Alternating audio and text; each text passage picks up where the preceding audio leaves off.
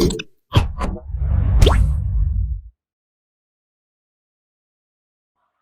everyone, myself Kundan Misra welcomes you all at Wise IAS, India's most affordable platform for the preparation of various civil services examinations conducted across the country.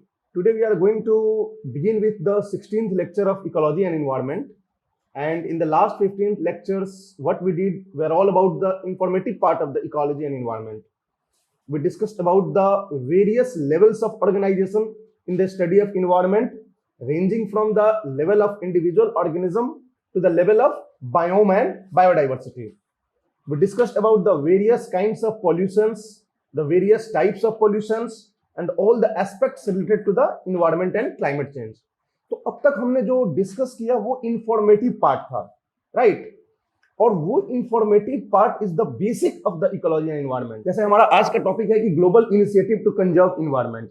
वैसे ये अपने आप में बहुत बड़ा topic है, बहुत सारे कन्वेंशंस प्रोटोकॉल्स हैं जो कि कंजर्व इन्वायरमेंट के लिए, क्योंकि जब हम कंजर्वेशन ऑफ इन्वायरमेंट की बात करते हैं तो हम बहुत ही डायमेंशंस की बात करते हैं। जैसे कि हम क्लाइमेट चेंज की भी बात कर रहा हूं मैं, फिर यहां मैं बायोडाइवर्सिटी के कंजर्वेशन की भी बात कर रहा हूं मैं, राइट? या फिर किसी हजार्डस मटेरियल्स का जिसका इंपैक्ट हेल्थ पे पड़ता है, उसके प्रोडक्शन या ट्रेड में किसी तरह का रेस्ट्रिक्शन या किसी तरह का रेगुलेशन हो रहा है, वो भी इसके अंदर आ जाएंगे। तो ये अपने आप में बहुत ही अम्ब्रेला टर्म होता है।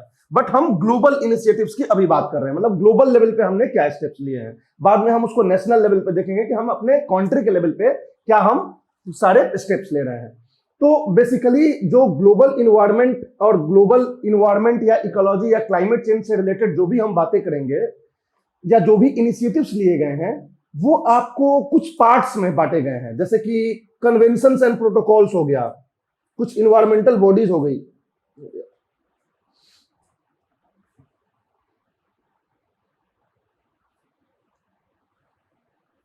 जैसे जितने भी इंटरनेशनल मेजर्स हैं जो इन्वायरमेंट को कंजर्व करने के लिए लिए गए हैं, उनको अगर आप एक टेक्निकल वे में, एक लॉजिकल वे में अगर आप उसको बांटोगे तो आप सारे इंस्टीट्यूशनल मेजर्स को ग्लोबल मेजर्स और लोकल इनिशिएटिव्स में आप बांट सकते हो। ग्लोबल मेजर्स में जब भी बात करोगे तो conferences and summits, conventions and protocols, inter governmental panels and NGOs end funds, ये सब क्या होते हैं, इनमें क्या डिफरेंस है, ये आपको इनिशियली पता होना चाहिए। क्योंकि जब हम बातें करेंगे ये कन्वेंशन, वो प्रोटोकॉल, वो कॉन्फ्रेंस, तो ये हमेशा कई बार दिमाग में मतलब एक तरह का क्रिएट करती है कंफ्यूजन कि किसमें क्या आता है, कैसे कौन कनेक्टेड है। तो आपको ये बेसिक पता होना चाहिए कि कन्वेंशन प्रोटोकॉल्स क्या होता है, कॉन्फ्रेंस क्या होता है, इंटर गवर्नमेंटल पैनल्स क्या होते हैं और एनजीओ एंड फंड्स का क्या रोल है। फिर हम लोकल लेवल पे आएंगे कि acts and policies, national missions and plans और इन्वायरमेंटल ऑर्गेनाइजेशंस, ये सारी चीजें हम लोकल लेवल पे देखते हैं कि क्या क्या हमारे इनिशिएटिव्स लिए गए हैं। तो आपने बहुत सारा सुना होगा, Kyoto protocol, Montreal protocol, Vienna convention, convention on biodiversity, बहुत सारा सुना है, ठीक है? तो आप जो भी सुनेंगे तो आप देखेंगे कि कहीं कहीं पे कॉन्फ्रेंस या समिट का वर्ड यूज किया होगा। जैसे स्टॉकहोम कॉन्फ्रेंस ऑफ 1972, एक कॉन्फ्रेंस वहां वर्ड यूज किया गया है, या स्टॉकहोम समिट बोलते हैं उसको, रियो समिट बोलते हैं, रियो कॉन्फ्रेंस बोलते हैं, ठीक है? तो कॉन्फ्रेंस एंड समिट आपने कई जगह नाम सुना होगा। कहीं कहीं पे कन्वेंशंस या प्रोटोकॉल सुना होगा, राइट? जैसे कि biodiversity convention, Vienna convention, right? उसी तरह से आपको स्टॉकहोम कन्वेंशन भी है, स्टॉकहोम कॉन्फ्रेंस भी है, स्टॉकहोम कन्वेंशन भी है, Kyoto protocol, Montreal protocol, Nagoya protocol, ये बहुत सारे प्रोटोकॉल्स का आप सुने होंगे। तो इसमें डिफरेंसेस क्या है? देखो, कॉन्फ्रेंस या समिट का मतलब होता है जब वर्ल्ड लेवल पे सारे कंट्रीज मिल के बैठ के डिस्कस करते हैं, राइट? जब हम कॉन्फ्रेंस और समिट की बात करते हैं तो कॉन्फ्रेंस समिट में आप कोई पर्टिकुलर रूल रेगुलेशंस नहीं बनाते हैं, आप प्रॉब्लम्स को डिस्कस करते हैं, आइडेंटिफाई करते हैं कि ये प्रॉब्लम है, हमें ये करना चाहिए, और एक तरह का आप रोड मैप बस तैयार करते हैं कि कैसे हमें इस प्रॉब्लम को टैकल करना है। तो ये एक बड़ा ही एक टाइप की मीटिंग हो गई आपकी, जो हम मीटिंग करते हैं। अब उस मीटिंग में सपोज कुछ डिसाइड हुआ कि यार ये वाला मुद्दा बहुत जरूरी है, तो इसके लिए थोड़ा कुछ स्ट्रिंजेंट हमें प्रोविजंस लाने हैं। तो जब स्ट्रिंजेंट प्रोविजंस लाओगे और एक पर्टिकुलर मुद्दा के ऊपर, देखो कॉन्फ्रेंस में अम्ब्रेला टाइप के मुद्दे होते हैं, बहुत सारे मुद्दे होते हैं, लेकिन उसमें अब आप सिलेक्ट करते हो कि ये मुद्दा बहुत इंपॉर्टेंट है, तो चलो इस मुद्दे पे हम लोग जो है एक कमिटमेंट करें कि हम लोग जो है इस पे काम करेंगे। और जब हम लोग कमिटमेंट की बात आने लगती है तो फिर साइन करना स्टार्ट हो जाता है। अब उसमें क्या होता है कि सब लोग जो जो कमिटमेंट करने के लिए तैयार है, जो भी कंट्रीज, वो आके पेपर पे साइन करे कि हाँ जो है हम जो है इसको कमिटमेंट जो है कर रहे हैं कि हम ये सारे स्टेप्स लेंगे अपने यहाँ इकोलॉजी इन्वायरमेंट को कंजर्व करने के लिए या क्लाइमेट चेंज को रोकने के लिए। तो वो फिर कन्वेंशन हो जाता है।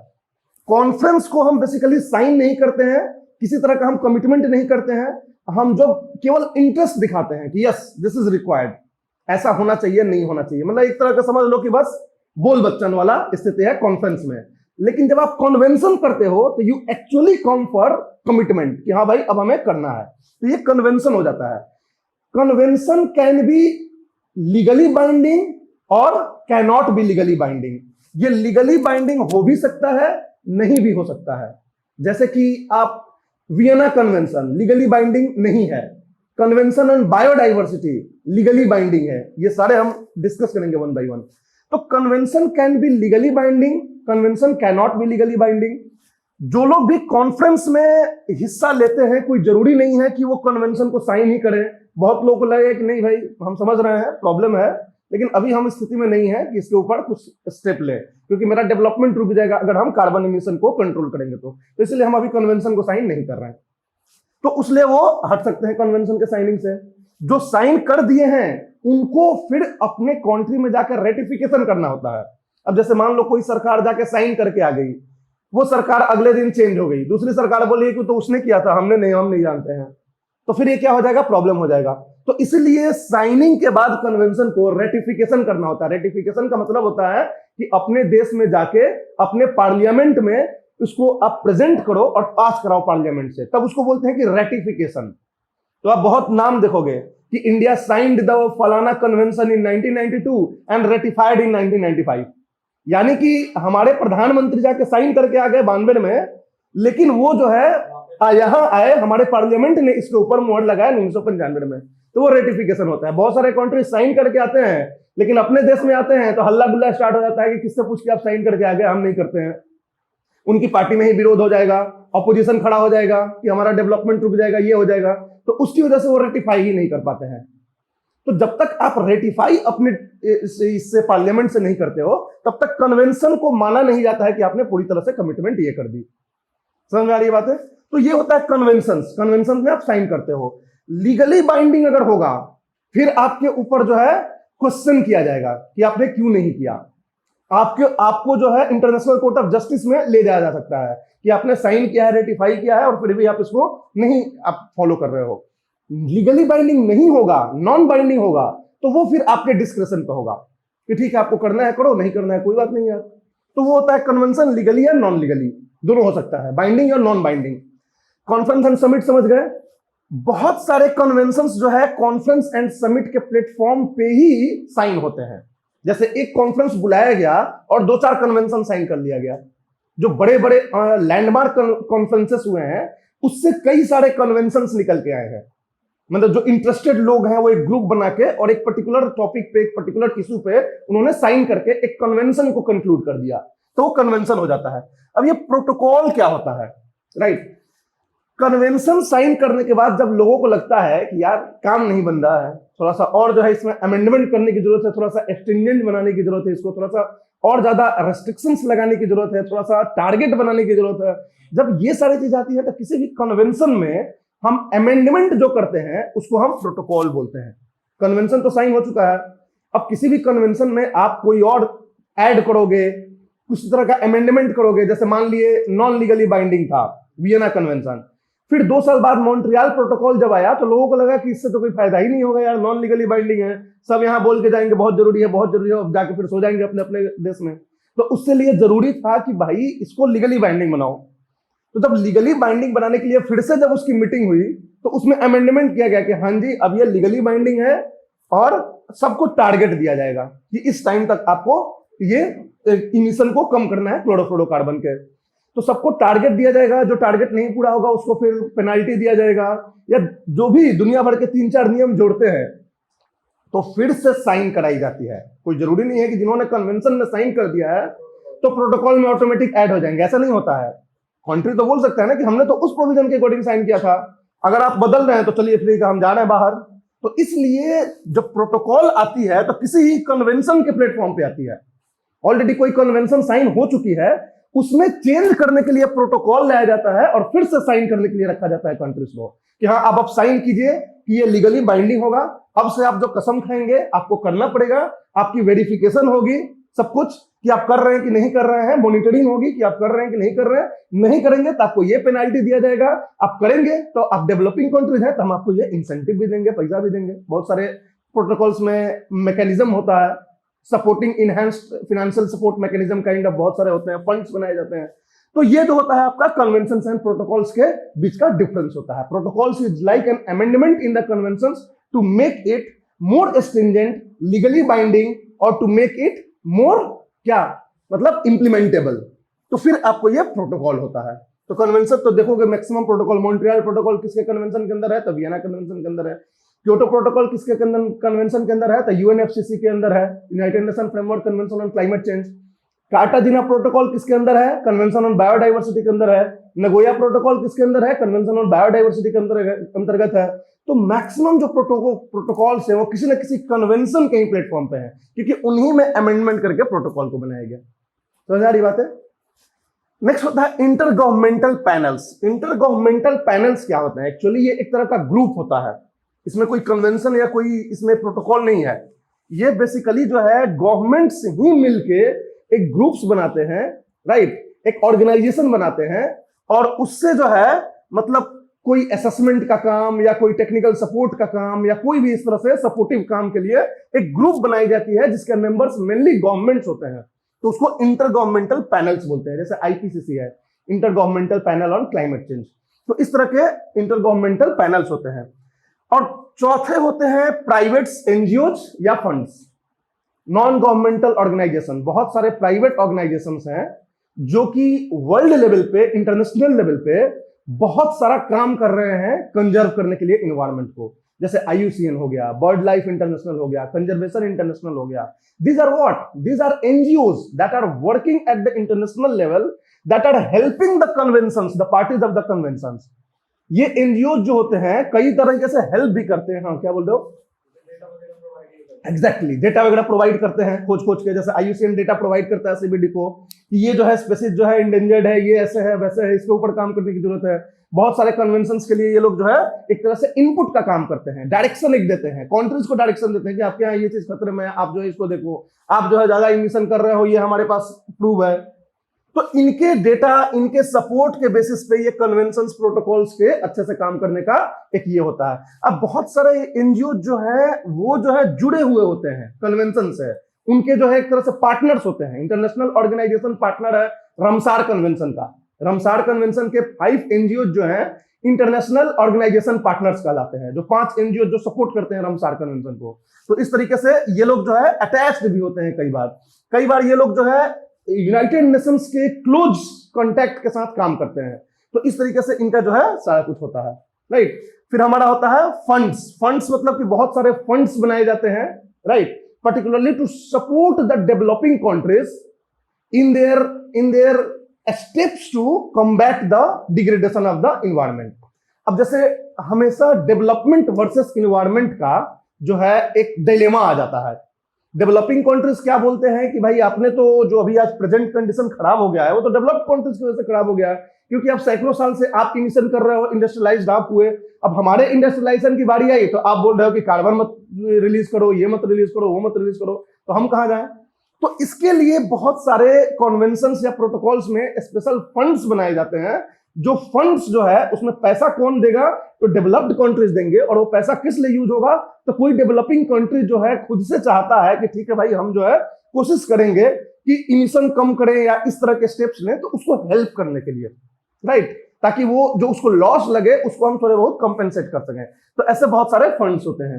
तो ये सब हमारे इंटरनेशनल ग्लोबल मेजर्स होंगे जो इन्वायरमेंट को बचाने के लिए different dimensions of environment and ecology के कंजर्वेशन के लिए हम उसको यूटिलाइज करते हैं, राइट। तब इसके अंदर हम 1 बाय 1 बहुत सारा कन्वेंशन देखेंगे कि ये कन्वेंशन है, वो कन्वेंशन है, ऐसा है।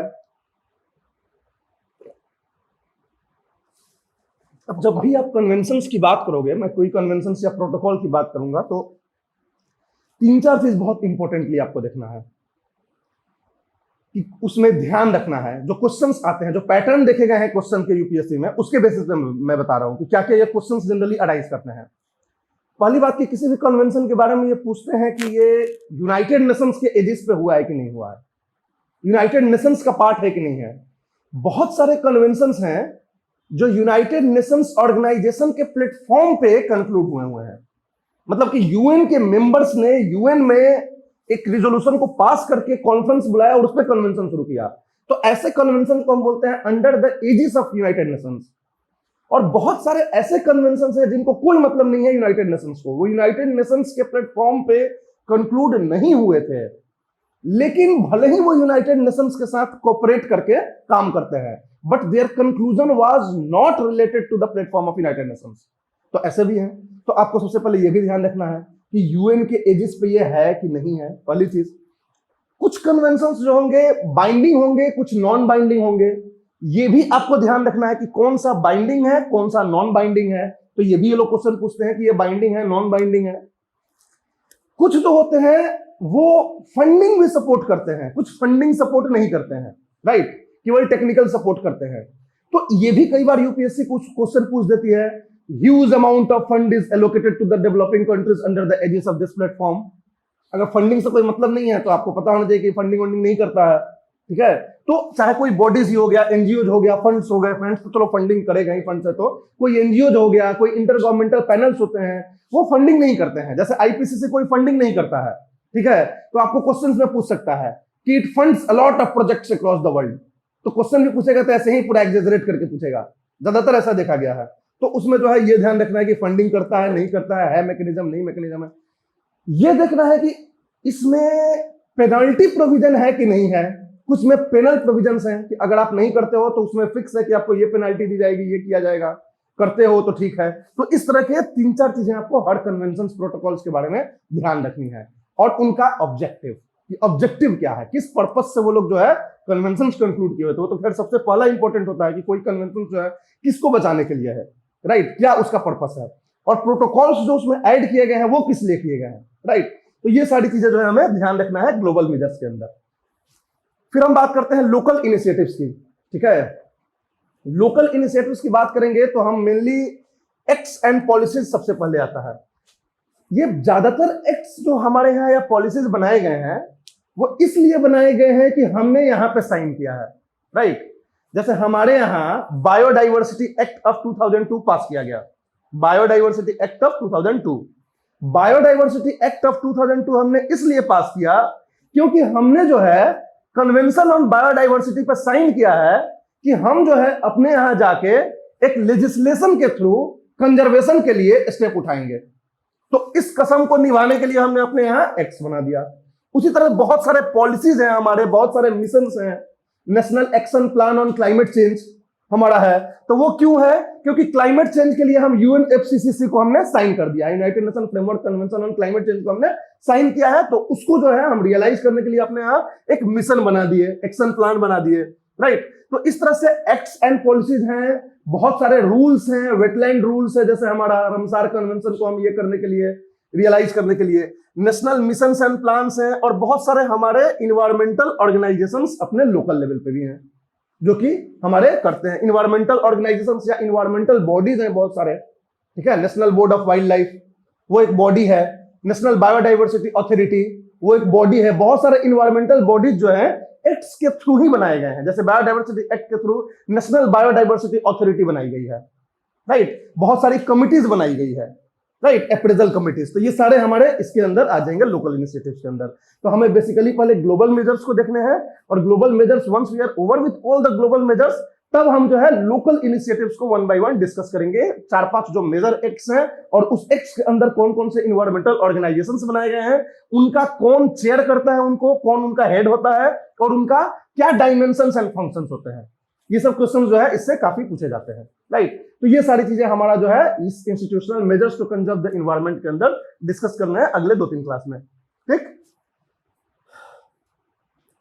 अब हम बात करते हैं बैकग्राउंड ऑफ, अब इंटरनेशनल पहले हम बात करते हैं ग्लोबल की, राइट। ये तो हमारा था कि टोटल इंस्टीट्यूशनल कौन कौन से होंगे।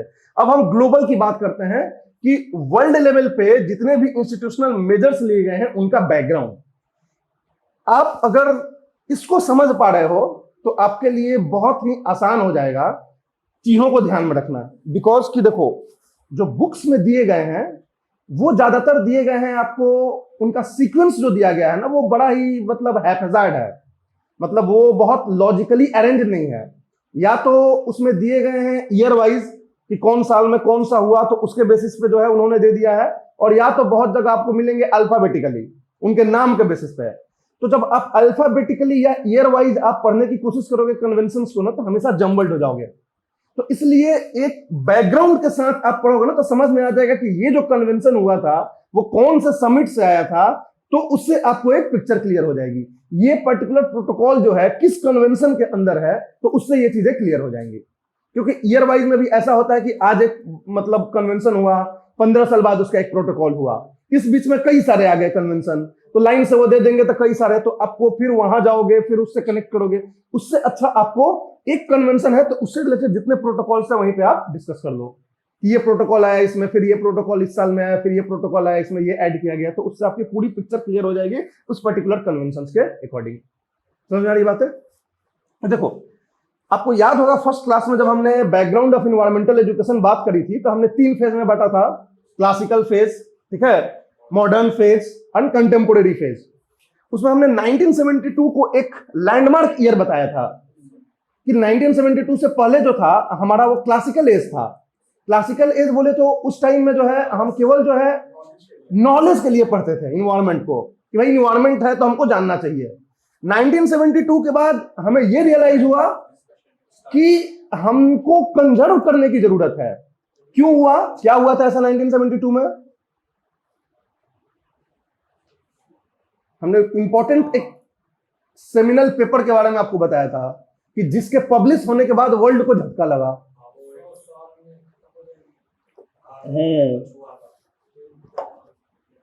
लिमिट्स टू ग्रोथ एक सेमिनल पेपर था जो क्लब ऑफ रोम जो है was a group of scientists from all over the world. They came together over the platform, shared their views, their research papers, and they concluded into a document. एक document को उसमें उन्होंने बनाया और उस document को लिमिट्स टू ग्रोथ बोलते हैं। और उसमें उन्होंने एक प्रेडिक्ट करी कि जो स्पीड ऑफ पेस ऑफ जो हम डिग्रेडेशन कर रहे हैं उससे 100 साल में अर्थ सिस्टम खत्म हो जाएगा। उसके ऊपर बहुत क्वेश्चन किए गए कि भाई कैसे खत्म हो जाएगा, हम जो है इस तरह से करेंगे, रिन्यूएबल सोर्स का यूज करेंगे, नहीं करेंगे, तो फिर बोलते थे कि तो 100 साल नहीं 200 साल में खत्म हो जाएगा। मतलब उन्होंने 6 मॉडल दिया और 6 में लास्टली उन्होंने क्या कंक्लूड किया कि दुनिया तो खत्म होना ही है, इंसान जो है नहीं सुधर सकता है। इंसान एक चीज का अगर ठीक करेगा तो दूसरे साइड से उसको प्रॉब्लम होगी, उधर से फिर प्रॉब्लम स्टार्ट कर देगा। जैसे हमने जो है पेपर को काटेंगे नहीं, पेड़ नहीं काटेंगे, पेपर को हम यूज नहीं करेंगे, इसलिए हमने प्लास्टिक लाया। तो जब हमने प्लास्टिक लेके आए तो हमें लगा कि रिवॉल्यूशन है ये, that will change the environment, और हम बहुत खुश हुए जब हम प्लास्टिक यूज करने जा रहे हैं तो पेड़ की कटाई नहीं होगी पेपर के लिए। But very soon we realise कि हम जो है एक ऐसा प्रोडक्ट बना दिए और अपने डिपेंडेंस उसके ऊपर रख दिए कि वो जो है इन्वायरमेंट में कई गुना ज्यादा एडवर्सली इंपैक्ट करेगा इन्वायरमेंट को। और आज हम चाहते भी हैं प्लास्टिक को खत्म करना तो हम नहीं खत्म कर पा रहे हैं। कितनी गवर्नमेंट लेके आती है कि प्लास्टिक पे बैन करती है, चोरी से बिकना स्टार्ट हो जाता है, लोग परेशान हो जाते हैं, बाद में छोड़ जाओ यार मरो तुम, फिर से अपना रूल्स को वापस ले लेती है। तो कई बार ऐसा हुआ है प्लास्टिक को बैन करने का, फिर भी बैन नहीं हो पा रहा है प्लास्टिक, क्योंकि हमारी डिपेंडेंस बहुत तगड़ी हो गई है उसके ऊपर, प्लास्टिक के ऊपर। बिना प्लास्टिक बैग के हम सोचते ही नहीं है अपनी लाइफ को कि यार हम कैसे सब्जी लेके आएंगे इसमें कागज में। तो ये वाली चीजें जो होती हैं, और हम इतने अमीर भी नहीं है कि कपड़े का जो है बनाना स्टार्ट करें और सब लोग वो लेके चले, गरीब देश है। तो दैट इज थिंग्स की उसमें हाईलाइट की गई थी कि कैसे दुनिया जो है कभी भी पूरी तरह से परफेक्ट नहीं हो सकती है। तो इससे जो है आंख खुली दुनिया की, और जब आंख खुली तो एक यूनाइटेड नेशंस के प्लेटफॉर्म पे स्टॉकहोम समिट 1972 में लाया गया, राइट। इसके पहले जो है इकोनॉमिक एंड सोशल काउंसिल एक एजेंसी है, इकोनॉमिक एंड सोशल काउंसिल, इकोसोक बोलते हैं, यूएन की एजेंसी है। यूनाइटेड नेशन के अंदर बहुत सारी उनकी अपनी एजेंसी है, विंग्स है, जैसे कि आपको सिक्योरिटी काउंसिल है, जनरल असेंबली है, इकोसोक है, ठीक। तो इकोसोक के प्लेटफॉर्म पे 1967 में ही ये डिस्कस किया गया था कि हाँ यार कुछ जो है जरूरी है, तब तक यहाँ पे लिमिट्स टू ग्रोथ भी पब्लिश हो चुका था। तो स्टॉकहोम में 1972 में लाया गया, आपको एक कॉन्फ्रेंस बुलाया गया जहां से कि वर्ल्ड ओवर लोग जो है आए, और उसके ऊपर जो है इन्वायरमेंट का एक अम्ब्रेला वे में, ये किसी पर्टिकुलर क्लाइमेट चेंज या बायोडाइवर्सिटी कंजर्वेशन के लिए कुछ नहीं था, ये जो है एक अम्ब्रेला था पूरे इन्वायरमेंट को बचाने के लिए, इंक्लूडिंग द सस्टेनेबल डेवलपमेंट, कि कैसे हम सस्टेनेबल डेवलपमेंट को हम करेंगे। तो उस बेसिस पे 1972 में एक समिट बुलाई गई, स्टॉकहोम समिट या स्टॉकहोम कन्वेंशन इसको बोलते हैं, और इसको बोलते हैं United Nation Conference on human development भी इसको बोलते हैं, United Nation Conference on human development, कि ओवरऑल ह्यूमन डेवलपमेंट के लिए इंक्लूडिंग द एनवायरनमेंट कैसे हम इसको करेंगे। अब ये Stockholm summit was not very much successful, ये बहुत सक्सेसफुल नहीं हो पाया। क्यों बहुत सक्सेसफुल नहीं हो पाया? एक तो कि इसमें जो है ये कोल्ड वॉर का शिकार हो गया। कोल्ड वॉर जानते हो आप लोग, वर्ल्ड हिस्ट्री में थोड़े बहुत पढ़े हो कि कोल्ड वॉर हुआ था सेकेंड वर्ल्ड वॉर के बाद। वो कोल्ड वॉर मतलब कि क्या? अमेरिका और रशिया के बीच में, उसमें यूएसएसआर था, तो यूएसएसआर और यूएसए के बीच में एक कोल्ड वॉर चल रहा था, पूरा वर्ल्ड जो है दो भागों में बट गया था। तो उस कोल्ड वॉर के फेज में एक जो इंपॉर्टेंट जो इशू था वो ईस्ट जर्मनी को लेकर था, कि ईस्ट जर्मनी को यूएसएसआर मानता था कि वो इंडिपेंडेंट कंट्री है, और ये जो अमेरिकन ब्लॉक थे वो ईस्ट जर्मनी को इंडिपेंडेंट कंट्री नहीं मानते थे, वो मानते थे कि जर्मनी कहीं पार्ट है, और ऐसे जर्मनी ईस्ट जर्मनी और वेस्ट जर्मनी में बटा था, और एक मेन वॉल बीच में खींच दिया गया था, जर्मनी, वॉल ऑफ जर्मनी था। तो ईस्ट जर्मनी कहां पड़ता था? यूएस के साइड में पड़ता था। जो ईस्ट जर्मनी में जो उसका शासक थे, जो डोमिनेंट थे, वो जो है कम्युनिस्ट को सपोर्ट करते थे। जो वेस्ट जर्मनी के लोग थे वो कैपिटलिस्ट को सपोर्ट करते थे, ब्रिटेन को सपोर्ट करते थे, यूएस को सपोर्ट करते थे। तो उसके बेसिस पे ये लोग जो है नहीं मानते थे जर्मनी को कि ईस्ट जर्मनी अलग है, वेस्ट जर्मनी अलग है। कम्युनिस्ट लोग मानते थे कि ईस्ट जर्मनी अलग कंट्री है। यूएन में दबदबा किसका था? मेनली इन्हीं लोग का था, कैपिटलिस्ट लोगों का था, यूएस वाले ब्लॉक का था। तो यूएन भी ईस्ट जर्मनी को उस समय सेपरेट कंट्री नहीं मानता था। तो स्टॉकहोम समिट में जब सारे कंट्रीज को बुलाया गया तो उसमें ईस्ट जर्मनी को इनविटेशन नहीं दिया गया अलग से। क्यों? क्योंकि यूएन के प्लेटफॉर्म पे ये हुआ था। तो यूएन के प्लेटफॉर्म पे हुआ था, यूएन तो केवल मेंबर कंट्री जिसको रिकॉग्नाइज करेगा उसी को बुलाएगा। तो चूंकि ईस्ट जर्मनी को नहीं बुलाया गया था तो रसिया एंड पार्टी, रसिया और उसकी जो भी टीम थी, उन्होंने बाइकआउट कर दिया कि हम जो है इसमें नहीं भाग ले रहे हैं। वार्सो पैक्ट एक हुआ था, तो उसकी जो वार्सो पैक्ट वाली ग्रुप थी, जो रसिया की ग्रुप थी, यूएसएसआर की सॉरी, तो उन्होंने बाइकआउट कर दिया स्टॉकहोम कॉन्फ्रेंस को, हम नहीं जा रहे हैं, इस जर्मनी को नहीं बुलाया इसलिए। तो ये एक हो गया। दूसरा हो गया कि चाइना को दिक्कत था कि भाई हम नहीं कर रहे हैं, हमको डेवलपमेंट करना। चाइना का उस समय टेक ऑफ स्टेज चल रहा था डेवलपमेंट का। तो चाइना पूरी तरह से यूएस को क्रिटिसाइज करने लगा, ये यूएस का जो है प्लान है चाइना के डेवलपमेंट को रोकने का। इधर रसिया अपना बाइकआउट हो गया। तो कुल मिला के ये दिखा यहाँ पे लोगों को कोई जो है बहुत मतलब समन्वय नहीं बैठ रहा था। डेवलपिंग कंट्री को लग रहा था कि ये जो है डेवलप हो गए और आज ये इंडस्ट्रियलाइज हो चुके हैं, रिच हो चुके हैं, और आज जो है हमारे ऊपर, हमको अब बस डेवलपमेंट की बारी है, तो हम पे रेस्ट्रिक्शन लगा रहे हैं। तो developing countries they are not interested to commit anything, किसी तरह के कन्वेंशन पे साइन करने के लिए कोई तैयार नहीं था कि हाँ भाई हम कमिटमेंट करेंगे, राइट। इसमें इंडिया जो है थोड़ा बहुत अपना जो है स्टार्ट कर दिया राग अलापना। उस समय इंदिरा गांधी हमारी प्राइम मिनिस्टर थी। इंदिरा गांधी ने वहां पे पॉवर्टी एलिविएशन पे जोर दे दिया कि इन्वायरमेंट तभी रुक सकता है जब पॉवर्टी खत्म होगी, और हमारे यहाँ पॉवर्टी है, तो हमारे यहाँ पहले पॉवर्टी खत्म हो जाएगी तो इन्वायरमेंट हम भी ठीक कर लेंगे, ताकि कुछ फिनेंशियल मैकेनिज्म हो जाए इंडिया को सपोर्ट करने के लिए पॉवर्टी एलिविएशन में। तो इस तरह से इंडिया ने अपने इंटरेस्ट को वहां पे फ्लैश कर दिया, और इस तरीके से यहाँ जो है बहुत सक्सेसफुल कन्वेंशन या प्रोटोकॉल यहाँ पे नहीं हम लोग कंक्लूड कर सके। बट इसमें दो इसके आउटकम थे, एक formation of United Nation environment programme हुआ, और एक जो है स्टॉकहोम डिक्लेरेशन। मतलब कुछ प्रिंसिपल्स को हमने डिसाइड किया कि ये जो 26 प्रिंसिपल हैं इसी को हमें फॉलो करना है इस अर्थ पे सस्टेनेबल डेवलपमेंट, ह्यूमन डेवलपमेंट के लिए, इकोलॉजिकल इन्वायरमेंट के कंजर्वेशन के लिए।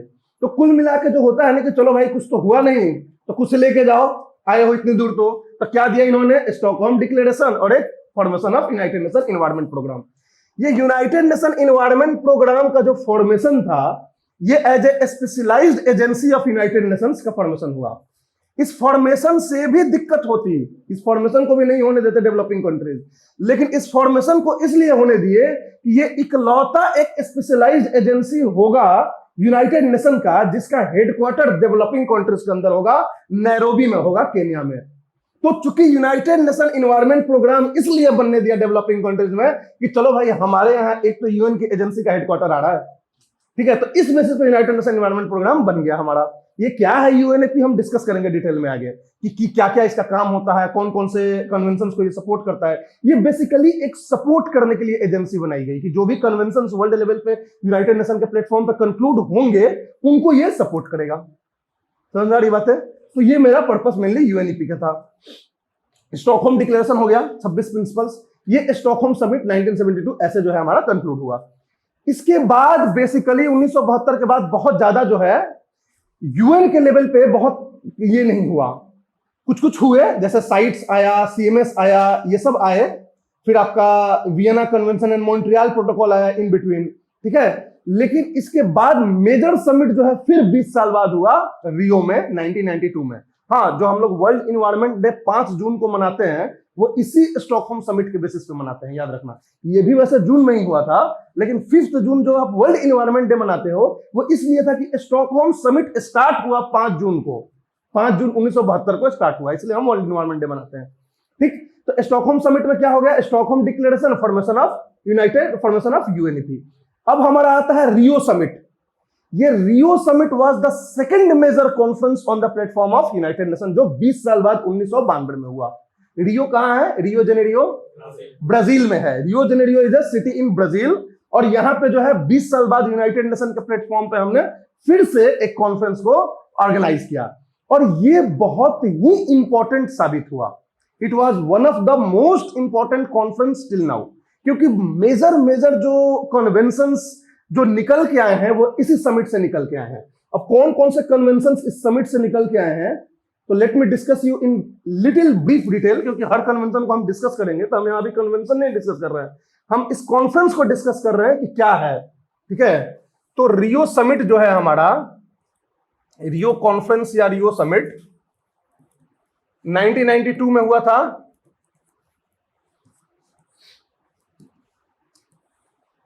इसको हम यूएनसीईडी भी बोलते हैं, United Nation Conference on environment and development, United Nations conference on environment and development, right. ये क्यों लाया गया? क्योंकि 1972 में जो स्टॉकहोम कॉन्फ्रेंस था उसमें सबसे बड़ा प्रॉब्लम जो निकल के आया, जो डेवलप्ड कंट्रीज के बीच में मेन टग ऑफ का कारण था, वो प्रॉब्लम था कि डेवलपमेंट वर्सेस इन्वायरमेंट का। डेवलपिंग कंट्रीज का कहना था कि हम इन्वायरमेंट के लिए सोचेंगे but not at the cost of our development. Why? Because you have already developed, तो इसलिए आपके लिए प्रायोरिटी इन्वायरमेंट हो सकती है, लेकिन हमारे लिए प्रायोरिटी सबसे पहले हमारे देश की गरीबी को दूर करना होगा, चाहे उसके लिए हम कार्बन इमिशन करें या कुछ भी करें। तो ये जो United Nation Conference on environment and development जो था, इसने बेसिकली इन्वायरमेंट और डेवलपमेंट को मिलाने की कोशिश की कि हम ऐसा स्टेप लें जिसमें हमारा इन्वायरमेंट भी कंजर्व हो और डेवलपमेंट भी हो, राइट। तो इस तरह के एक आइडियोलॉजी के साथ, एक फंडा के साथ United Nation Conference on environment and development बुलाया गया, रियो कॉन्फ्रेंस बुलाया गया 1992 में। इससे क्या निकल के आया इस कॉन्फ्रेंस से? ये कॉन्फ्रेंस में बहुत सारी चीजें डिस्कस हुई, सस्टेनेबल डेवलपमेंट के बारे में डिस्कस हुआ, पॉवर्टी एलिविएशन के बारे में भी डिस्कस हुआ। बहुत सारी चीजें डिस्कस होने के बाद इस रियो कॉन्फ्रेंस में पहले तो कि 3 डॉक्यूमेंट्स यहां से निकल के आए, कि 3 डॉक्यूमेंट्स थे वो रियो कॉन्फ्रेंस से निकल के आए। एक था रियो डिक्लेरेशन, दूसरा था एजेंडा 21, और तीसरा था फॉरेस्ट प्रिंसिपल्स या डिक्लेरेशन। ये 3 डॉक्यूमेंट्स जो है तैयार किया गया रियो कॉन्फ्रेंस के बाद तैयार किया गया, राइट। उसके बाद जो है इसमें 2 मेजर कन्वेंशंस जो है यहां से निकल के आए। 2 मेजर कन्वेंशंस जो है कंक्लूड किए गए रियो कॉन्फ्रेंस के ही प्लेटफॉर्म पे। कौन कौन से 2 मेजर कन्वेंशंस कंक्लूड किए गए? एक कंक्लूड किया गया यूएनसीबीडी और दूसरा किया गया यूएनएफसीसीसी। ये क्या है, दोनों को भी डिस्कस करेंगे। यूएनसीबीडी एंड यूएनएफसीसीसी। देखो 3 डॉक्यूमेंट्स में एक रियो डिक्लेरेशन और एजेंडा 21, ये दोनों डॉक्यूमेंट्स मेनली किस लिए थे? तो ये दोनों थे सस्टेनेबल डेवलपमेंट के लिए। किसके लिए? Sustainable development. What is sustainable development? इतनी आप न्यूज में पढ़ते हो सस्टेनेबल डेवलपमेंट, सतत विकास, क्या होता है?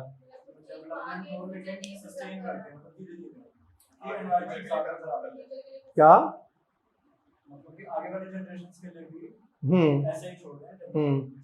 ओके, ठीक है, मतलब आइडिया समझ में आ रहा है। एक बेसिक जो इसका डेफिनेशन होता है सस्टेनेबल डेवलपमेंट का, जो बर्टलैंड कमीशन ने 1987 में जिसने सस्टेनेबल डेवलपमेंट का कांसेप्ट दिया था, उसने सबसे पहले एक क्लियर कट बताया था कि क्यों इसको हम सस्टेनेबल डेवलपमेंट बोलेंगे। कोई आइडिया है आपको? सस्टेनेबल डेवलपमेंट का नाम सुना होगा आप? सतत विकास। देखो सस्टेनेबल डेवलपमेंट का मतलब होता है कि जो प्रेजेंट जनरेशन के जो नीड्स हैं, प्रेजेंट जनरेशन के नीड्स को हम फुलफिल करेंगे without compromising the needs of future generation. यहां 2 चीज हमेशा ध्यान में रखना, 2 वर्ड को यूज किया गया है यहां पे, नीड्स को यूज किया जा रहा है और जनरेशन का यूज किया जा रहा है। नीड्स कहने का मतलब क्या हुआ कि आप केवल बेसिक नीड्स के लिए इन्वायरमेंट का यूज करेंगे, अपने लग्जूरियस लाइफस्टाइल को फुलफिल करने के लिए नहीं करेंगे। सबसे पहला यह मतलब हुआ सस्टेनेबल डेवलपमेंट का कि you will use the environment to fulfil only your basic needs. तो जो आपका प्रेजेंट नीड्स है उसको आप फुलफिल करोगे, और दूसरा है without compromising the needs of the next generation. यानी कि आप जो यूज करोगे तो इस बात का ध्यान रखोगे कि आप ही के लाइफ साइकिल में, आप ही के जीवन में खत्म ना हो जाए। क्योंकि जो नेचर ने दिया है कोई भी चीज, चाहे वो पेट्रोलियम दिया हो, आयरन ओर दिया हो, या पेड़ पौधे दिए हो, या कुछ भी दिया हो, जो नेचर ने दिया है वो केवल आपके जनरेशन के लिए नहीं दिया है, आपके आने वाले जनरेशन के लिए भी दिया है। पता चला कि आप सबको एग्जॉस्ट करके और बच्चे पैदा करके पॉपुलेशन बढ़ा के चले गए, और आगे के लोग जो है वो मर रहे हैं because of the resource depletion की वजह से। तो इसलिए सस्टेनेबल डेवलपमेंट का कंसेप्ट आया, अपने नीड्स को फुलफिल करो but without compromising the needs of the future generation. This is the sustainable development. और तब तक 1987 में बर्टलैंड कमीशन आ चुकी थी, जिन्होंने सस्टेनेबल डेवलपमेंट का कंसेप्ट दे दिया था। और सस्टेनेबल डेवलपमेंट का कंसेप्ट जो था वही लिमिट्स टू ग्रोथ में जो कंसेप्ट दिया गया था उसी का काउंटर था ये, कि सस्टेनेबल डेवलपमेंट एक ऐसा है जिसको अगर हम यूटिलाइज करें, जिसको हम फॉलो करें, तो ये अर्थ सिस्टम जो है सेंचुरीज तक, अनंत काल तक जा सकती है। समझ में आ रही बात है? तो ये सस्टेनेबल डेवलपमेंट का कंसेप्ट हुआ। तो ये जो रियो डिक्लेरेशन और एजेंडा 21 था, ये पर्टिकुलरली सस्टेनेबल डेवलपमेंट के लिए था कि कैसे सस्टेनेबल। अब रियो डिक्लेरेशन क्या था? तो इसमें कुछ प्रिंसिपल्स लाए गए थे, मतलब एक डॉक्यूमेंट, एक फाइल की गई थी, बनाई गई थी कि ये सारे प्रिंसिपल्स को हम यूज करेंगे to ensure sustainable development in our earth system. कौन कौन से प्रिंसिपल्स को यूज करेंगे वो रियो डिक्लेरेशन बताता है। और एजेंडा 21 जो है वो थोड़ा सा और इलेबोरेट डॉक्यूमेंट था, जो ये बताता था कि आप क्या क्या स्टेप लेंगे, मतलब action plan. This is principle, this is action plan, दोनों में फर्क होता है। प्रिंसिपल मतलब क्या होता है कि हाँ भाई कल से हम जो है एकदम नियम से सब कुछ काम करेंगे, पढ़ाई करेंगे, अच्छा से सब रहेंगे, ये प्रिंसिपल हो गया, आपको हमको अच्छा बनना है। एक्शन प्लान क्या हुआ कि क्या करोगे अच्छा बनने के लिए, सुबह कितने बजे उठोगे, कौन सा सब्जेक्ट पढ़ोगे, कौन सा सब्जेक्ट पढ़ने के बाद जो है क्या क्या खाना खाओगे, कितने देर क्लास जाओगे, कितने देर फिल्म देखोगे, कितने देर आप क्रिकेट खेलोगे। तो ये हो गया एक्शन प्लान, मतलब डिटेल।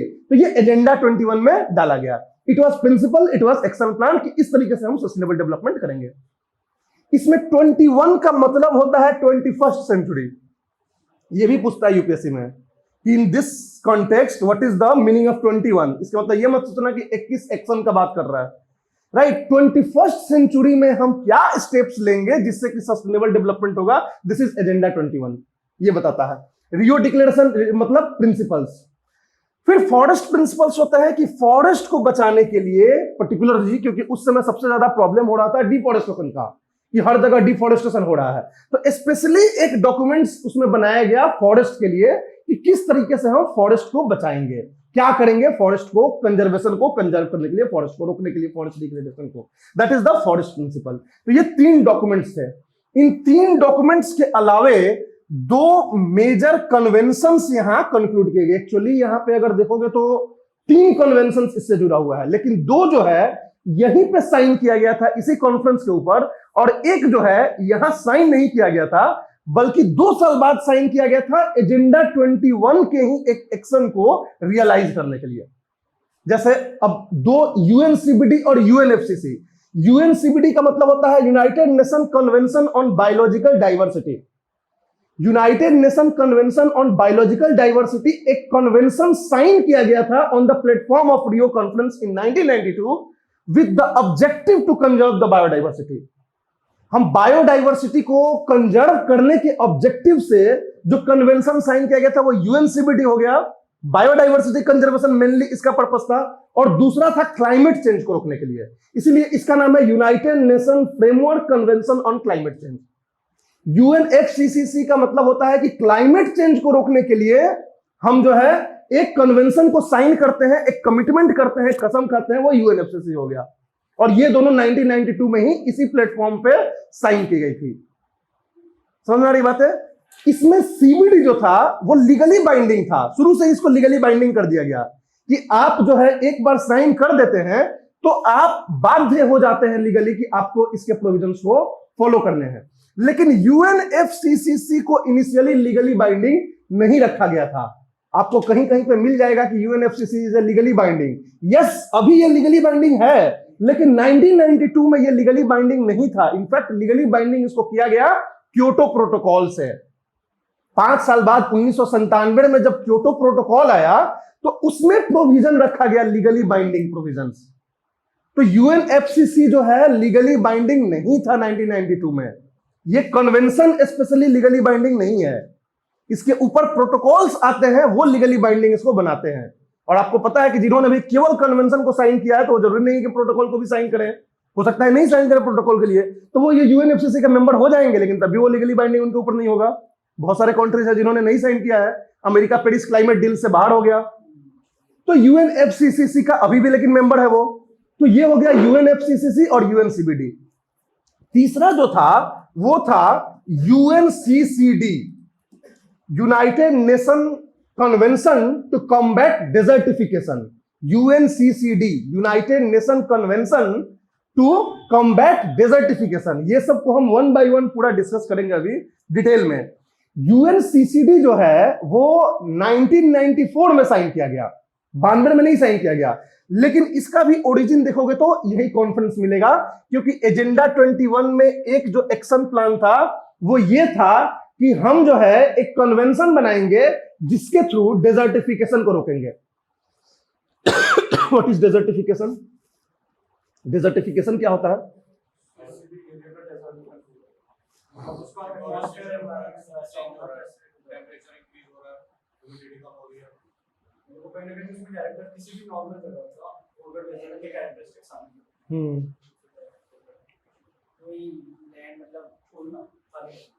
देखो, डेजर्टिफिकेशन और डेजर्ट एक्सपेंशन दो अलग अलग चीज होता है। एक होता है एक्सपेंशन ऑफ डेजर्ट, कि ऑलरेडी ये जो है डेजर्ट है, ठीक है, अब ये जो है धीरे धीरे धीरे धीरे धीरे धीरे फैल रहा है, जैसे सहारा डेजर्ट फैल रहा है, और धीरे धीरे यहाँ का जो बालू है वो सब इधर फैलते जा रहा है और ये पूरा अब डेजर्ट बन गया। तो this is called expansion of desert, this is not desertification.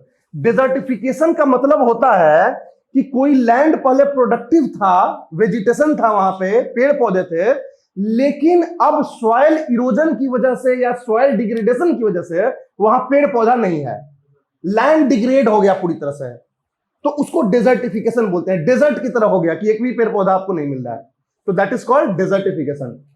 तो हमारे यहां डेजर्टिफिकेशन का प्रॉब्लम बहुत ज्यादा है। ये तो फिर भी चलो एक स्लो है और ये नेचुरल प्रोसेस है, इसको हम कैसे रोक सकते हो? तुम हवा को तो नहीं रोक सकते हो ना चलने से, लेकिन डेजर्टिफिकेशन क्या है? एक मैनमेड कारण से हो रहा है। हम डिफोरेस्टेशन कर रहे हैं तो उसकी वजह से सॉइल इरोजन हो रहा है, और सॉइल इरोजन होने की वजह से वो रीजन जो है डेजर्ट बन जा रहा है, तो इसको डेजर्टिफिकेशन बोलते हैं। तो एजेंडा 21 में एक क्लॉज था, एक एक्शन प्लान था कि हमें एक कन्वेंशन बनाना चाहिए जिसपे साइन करना चाहिए कि हम डेजर्टिफिकेशन को रोक सके।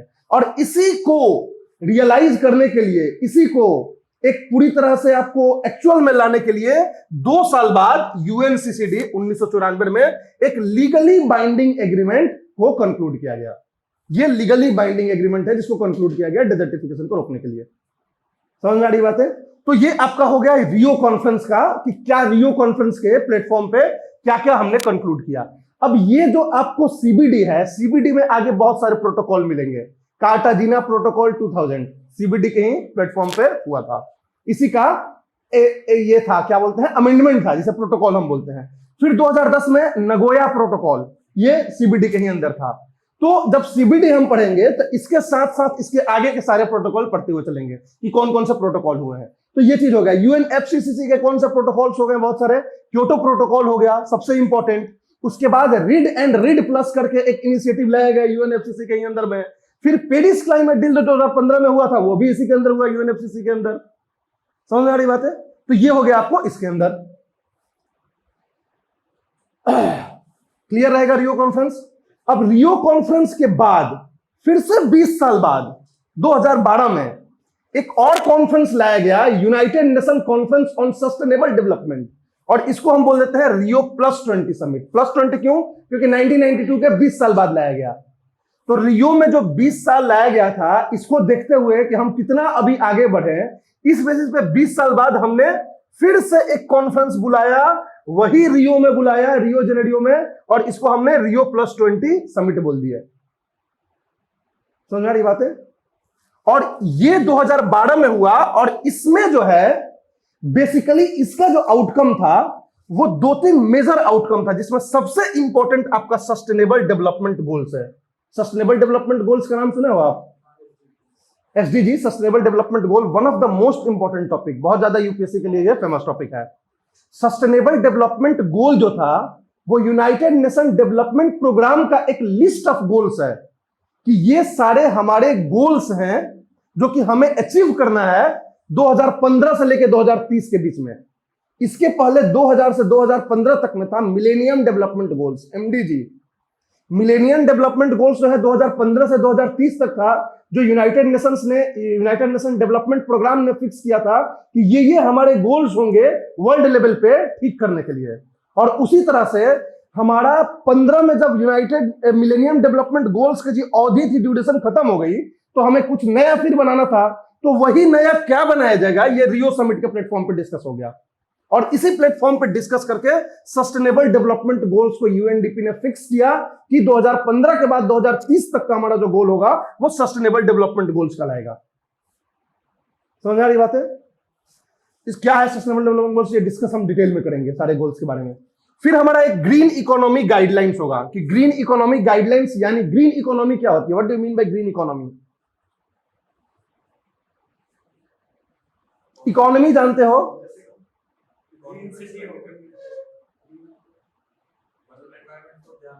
एग्जैक्टली मतलब इकोनॉमिक डेवलपमेंट आप करोगे तो उसमें इन्वायरमेंटल कॉस्ट को आप ध्यान में रख के करोगे कि क्या इन्वायरमेंटल कॉस्ट आपका आ रहा है। जैसे बहुत सारे कंट्रीज हैं वो जो है थर्मल पावर प्लांट्स को डिस्करेज कर रहे हैं कि हम थर्मल पावर प्लांट से इलेक्ट्रिसिटी नहीं बनाएंगे, हम किससे बनाएंगे, तो हाइडल पावर प्लांट से बनाएंगे, सोलर पावर प्लांट से बनाएंगे, विंड सिस्टम से बनाएंगे, लेकिन थर्मल को हम डिस्करेज कर रहे हैं।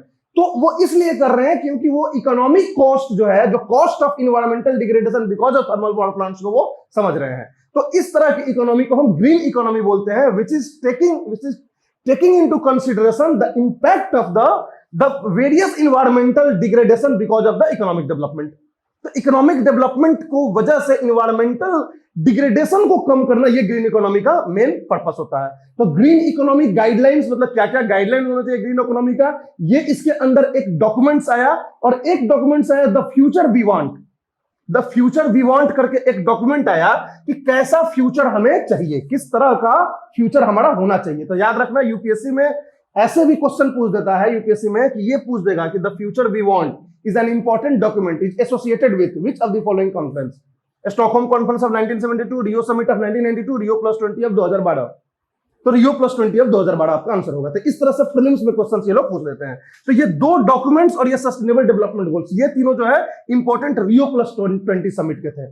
और ये जो 3 अम्ब्रेला समिट्स हैं, बहुत सारे कन्वेंशंस कहीं ना कहीं इन्हीं से जुड़े हुए हैं। समझ में आ रही बात है? क्लियर है? तो that is all about the background of institutional measures.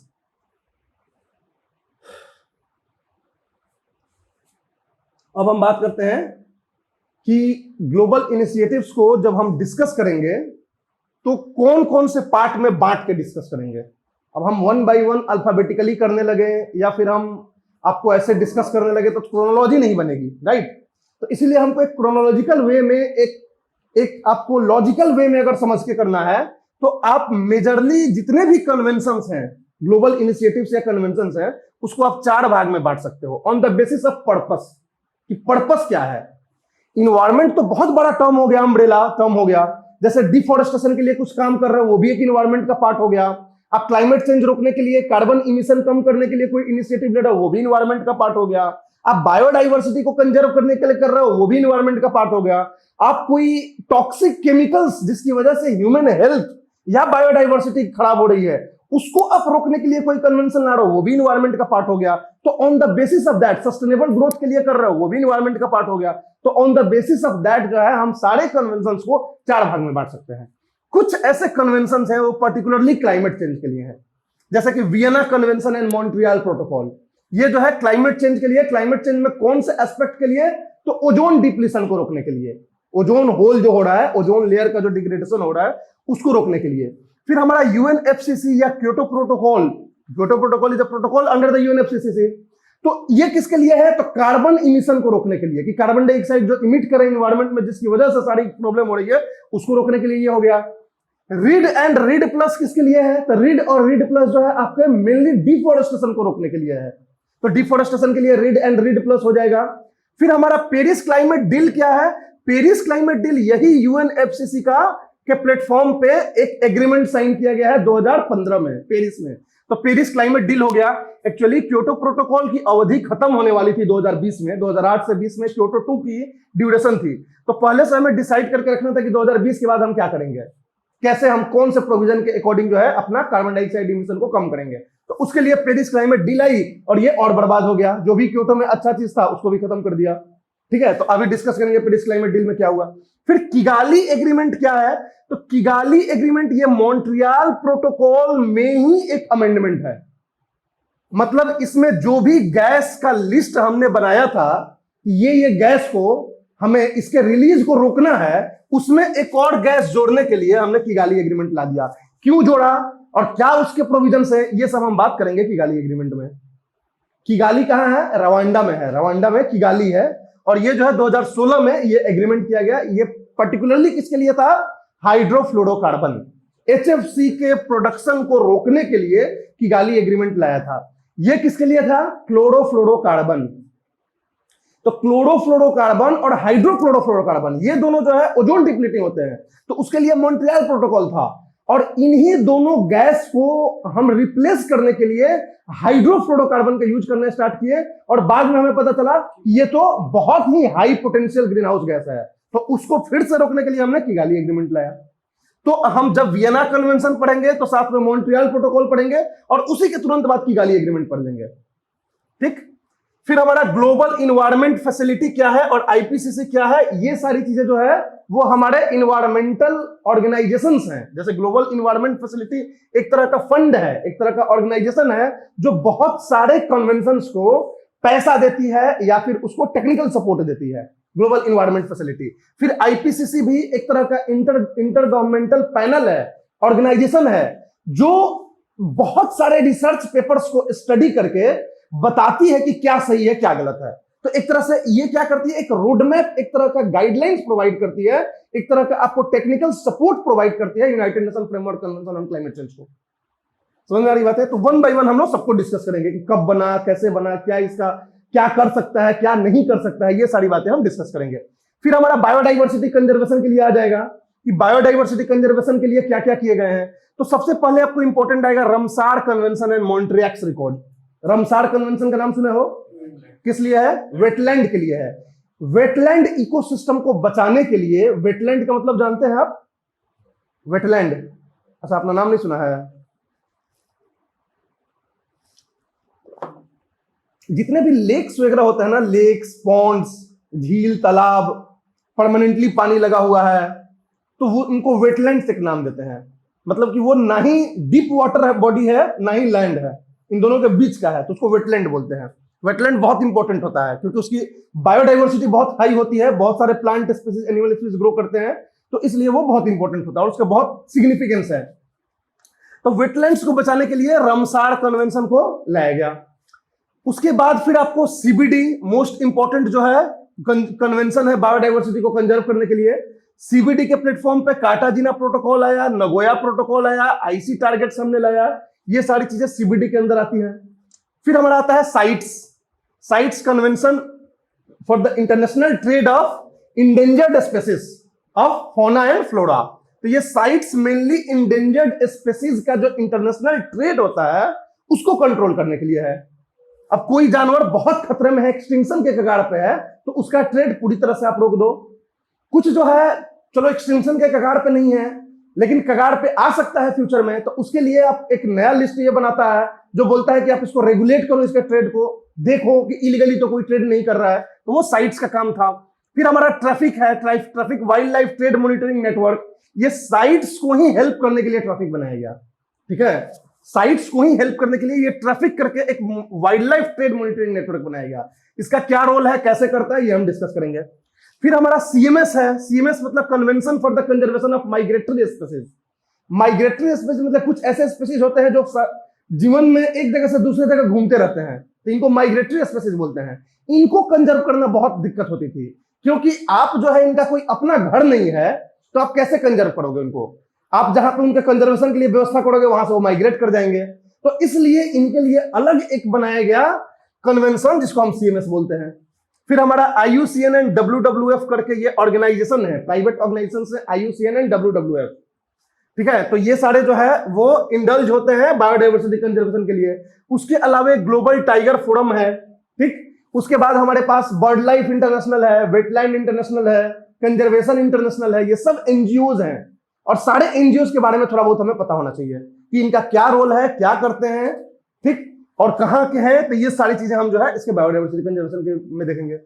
फिर हमारा आता है हजार्डस मटेरियल्स, मतलब कि कोई भी हजार्डस मटेरियल्स जो हम प्रोड्यूस करते हैं, वो चाहे हम इंडस्ट्री में यूज करने के लिए केमिकल प्रोड्यूस करें या फिर कोई पॉल्यूटेंट्स निकल के आ रहा हो इंडस्ट्रियल प्रोसेस से, या फिर कोई वेस्ट जनरेशन हो रहा हो जो टॉक्सिक हो, तो उस तरह के प्रोडक्शन और उनके मूवमेंट को कंट्रोल करने के लिए कुछ कन्वेंशंस लाए गए हैं। जैसे स्टॉकहोम कन्वेंशंस लाया गया है, वो परसिस्टेंट ऑर्गेनिक पोल्यूटेंट्स के लिए लाया गया है कि जो परसिस्टेंट ऑर्गेनिक पोल्यूटेंट्स होते हैं जैसे डीडीटी हो गया, बाइफिनाइल क्लोरीन हो गया, तो ये सारी चीजें जो होती हैं ये आपको स्टॉकहोम कन्वेंशन में आता है। फिर आता है बेसल कन्वेंशन, हजार्डस वेस्ट जो निकलते हैं उनके लिए बेसल कन्वेंशन आया था। फिर रोटरडम कन्वेंशन आया और मिनामाटा कन्वेंशन आया। Minamata is the recent one. तो मिनामाटा कन्वेंशन किसके लिए होगा? मरकरी के लिए, प्रोडक्शन के लिए होगा। तो ये साढ़े चार हमें जो कन्वेंशंस पढ़ने हैं वो हजार्डस मटेरियल्स के लिए पढ़ना है, इसके रेस्पेक्ट में पढ़ना है। एंड फिर हमारा सस्टेनेबल ग्रोथ के लिए, सस्टेनेबल ग्रोथ के मतलब तो पता है आपको, तो कुछ ऐसे समिट्स या कन्वेंशंस हुए हैं जो कि पर्टिकुलरली सस्टेनेबल ग्रोथ के लिए हैं कि सस्टेनेबल ग्रोथ करेंगे। जैसे UNCED जो है, जो रियो समिट था, वो पर्टिकुलरली जो था वो सस्टेनेबल ग्रोथ के लिए था। रियो डिक्लेरेशन जो था, क्या बोलो, रियो डिक्लेरेशन था, वो रियो डिक्लेरेशन क्या था? अभी हमने बात किया कि एक डॉक्यूमेंट था जो कि जिसमें प्रिंसिपल्स हैं जो फॉलो करने हैं सस्टेनेबल ग्रोथ के लिए। एजेंडा 21 भी एक डॉक्यूमेंट है जो किसके लिए यूज हो रहा है? तो सस्टेनेबल ग्रोथ के लिए। रियो डिक्लेरेशन और एजेंडा 21 में क्या फर्क है? ये केवल प्रिंसिपल को दिखाता है और ये जो है पूरे एक्शन प्लान को शो करता है कि आपको क्या करना है। फिर United Nation Conference on Sustainable Development Rio +20, इसको हम डिस्कस करेंगे डिटेल में। और इसी के प्लेटफॉर्म पे एक partnership for action of green economy, ये पेज का कॉन्सेप्ट जो है रियो +20 के ही प्लेटफॉर्म पे कुछ कंट्रीज ने ये पार्टनरशिप बनाया था। ये क्या था, किस लिए था, ये जो है हम सस्टेनेबल ग्रोथ के में देख लेंगे। तो इससे हमारा ओवरऑल जो है कवर हो जाएगा पूरा global initiative for environmental conservation. Environment conservation के लिए कौन कौन से ग्लोबल इनिशिएटिव्स या कन्वेंशन या प्रोटोकॉल्स हमारे हैं। समझ में आ रही है बात है? कोई दिक्कत?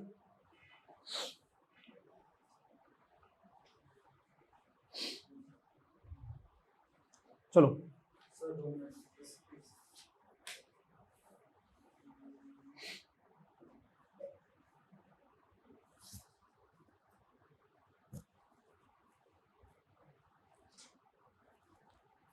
यार तुम लोग लिखोगे इसको, काम हम ना इसका पूरा ये आप लोग को भेज देंगे, क्या बोलते हैं, नहीं लिख लो, उससे कोई दिक्कत नहीं है, बट ये है कि मेहनत कर रहे हो, इसका मैं पूरा मैं आप लोग को भेज दूंगा, जितने भी हमारे पास पीपीटीज हैं। कुछ हम लोग कोचिंग का टेलीग्राम ग्रुप है ना, है ना, तो उस टेलीग्राम ग्रुप पे आप लोग ऐड हो जाना, मैं उसी पे भेजते रहूंगा, मैं सारा उस पे मैं डाल दूंगा जितने भी पीपीटीज हैं, और प्लस फर्दर भी जो करंट अफेयर्स है, कुछ भी इंपॉर्टेंट ये आते रहेंगे ना अपडेट्स, तो मैं उस पर अपडेट करता रहूंगा, राइट। तो इसलिए उस ग्रुप को ज्वाइन कर लेना, उसी के थ्रू हम लोग ये कर लेंगे।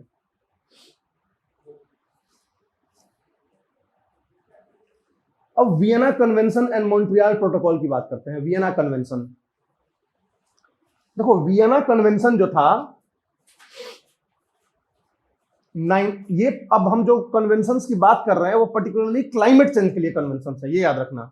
जैसे हमने ये जो बांट के रखे हैं ना, तो सबसे पहले हमने क्लाइमेट चेंज के लिए बोला है, तो क्लाइमेट चेंज से रिलेटेड जितने हैं उसकी हम पहले डिस्कस करेंगे वन बाय वन, फिर जो है बायोडाइवर्सिटी कंजर्वेशन के लिए जो होगा उसको डिस्कस करेंगे।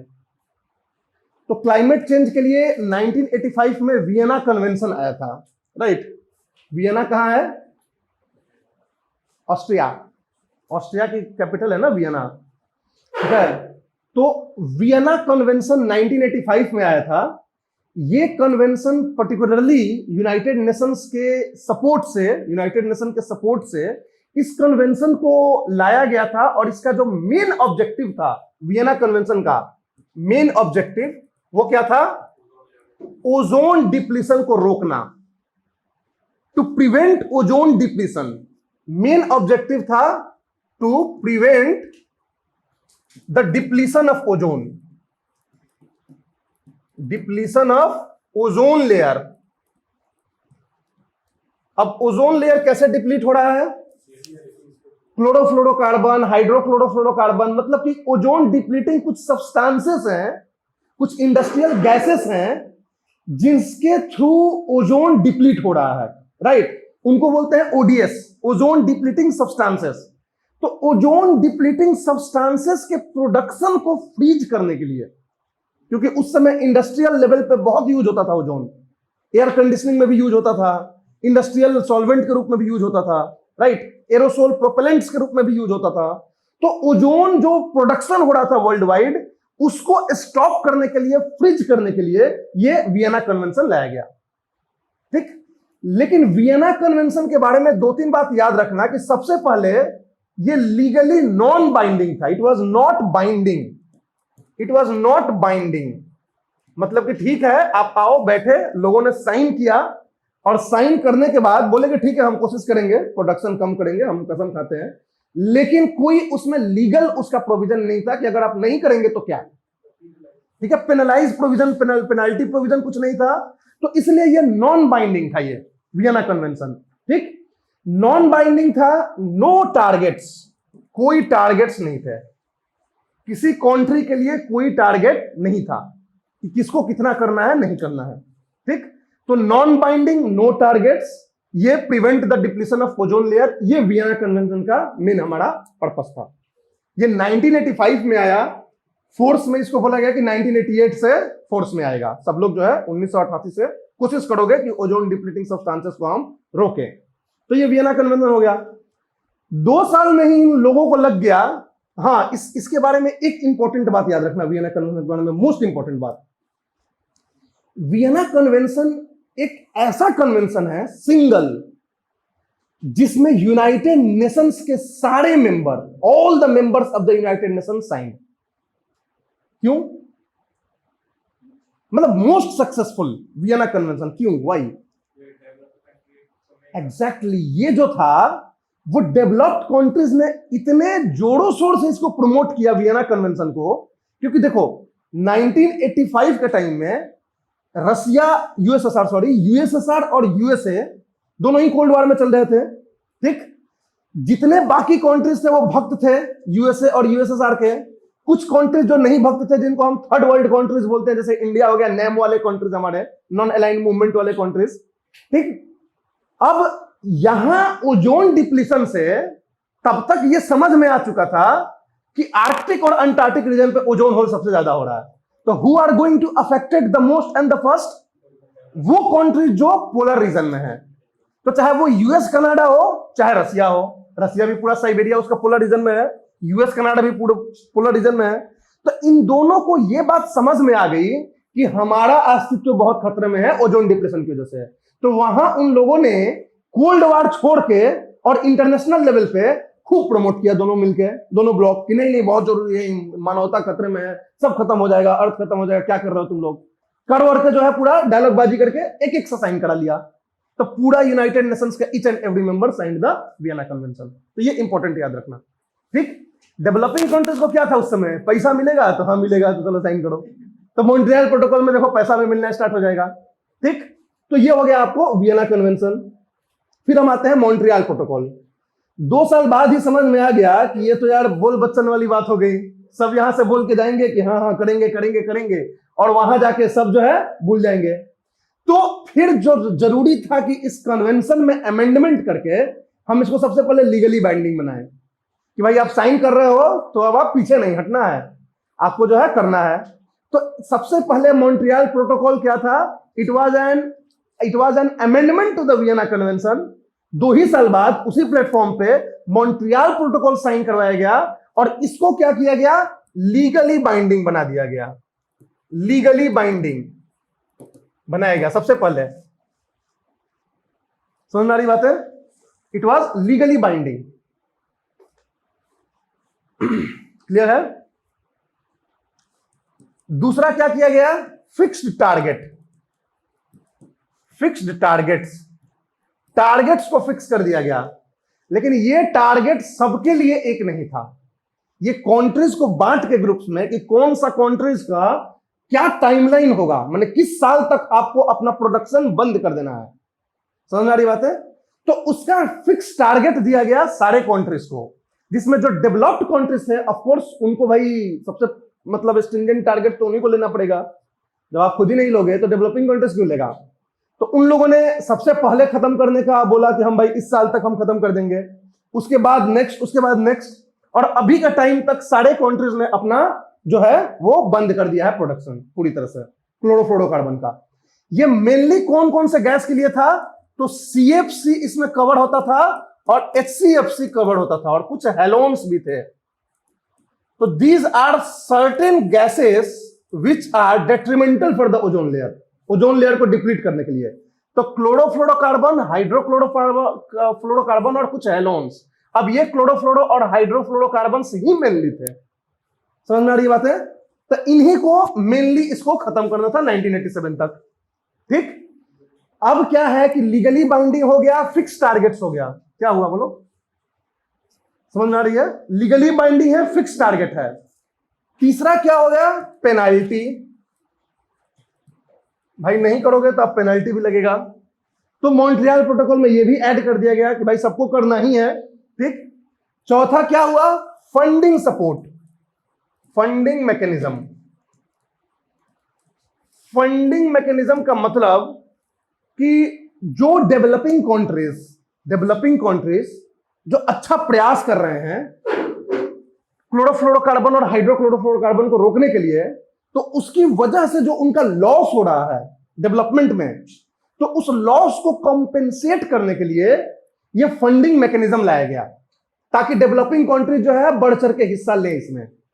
तो डेवलपिंग कंट्रीज ने बढ़ चढ़ के हिस्सा लिया, उन्होंने दिखाया कि भाई देखो हमने इतना कम किया और इसकी वजह से मेरा ये लॉस हो रहा है, तो लो भाई पैसे ले जाओ। और इस तरह से बहुत सारा फंडिंग की गई डेवलपिंग कंट्रीज को थ्रू आउट द पीरियड, और इस तरीके से ये जो है one of the most successful protocol साबित हुआ। और ये इतना सक्सेसफुल प्रोटोकॉल साबित हुआ कि ऐसा बोला जा रहा है कि 2050 तक जो ओजोन हमारा कंडीशन होगा ओजोन लेयर का, बिल्कुल पहले जैसा हो जाएगा, राइट। तो अभी के हिसाब से ओजोन काफी रिकवर कर रहा है because of this initiative Montreal protocol. तो it is the most successful initiatives till now in the environmental conservation history, सबसे सक्सेसफुल है। यहां भी सारे एग्रीमेंट्स के मेंबर ने प्रोटोकॉल को भी साइन किया, ठीक।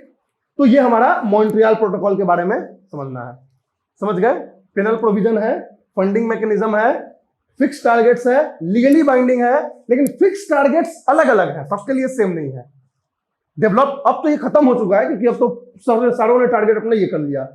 तो फिक्स टारगेट्स डेवलप के लिए थोड़ा पहले खत्म करना है, डेवलपिंग के लिए बाद में खत्म करना है, तो इसलिए सबके लिए टारगेट सेट कर दिया गया था। ठीक, तो ये पूरा आपका मॉन्ट्रियल प्रोटोकॉल का बात हो गई। फिर हम बात करते हैं आपको किगाली एग्रीमेंट का। अब देखो, मॉन्ट्रियल प्रोटोकॉल जो है क्लोरोफ्लोरोकार्बन और हाइड्रोक्लोरोफ्लोरोकार्बन के प्रोडक्शन के लिए था कि ये प्रोडक्शन इसका रोको। तो भाई क्वेश्चन था कि तब इसके जगह हम क्या यूज करें। तो CFC और HCFC को रिप्लेस करने के लिए जो नया गैस इस्तेमाल किया जाने लगा वो था HFC, हाइड्रोफ्लोरोकार्बन। ठीक,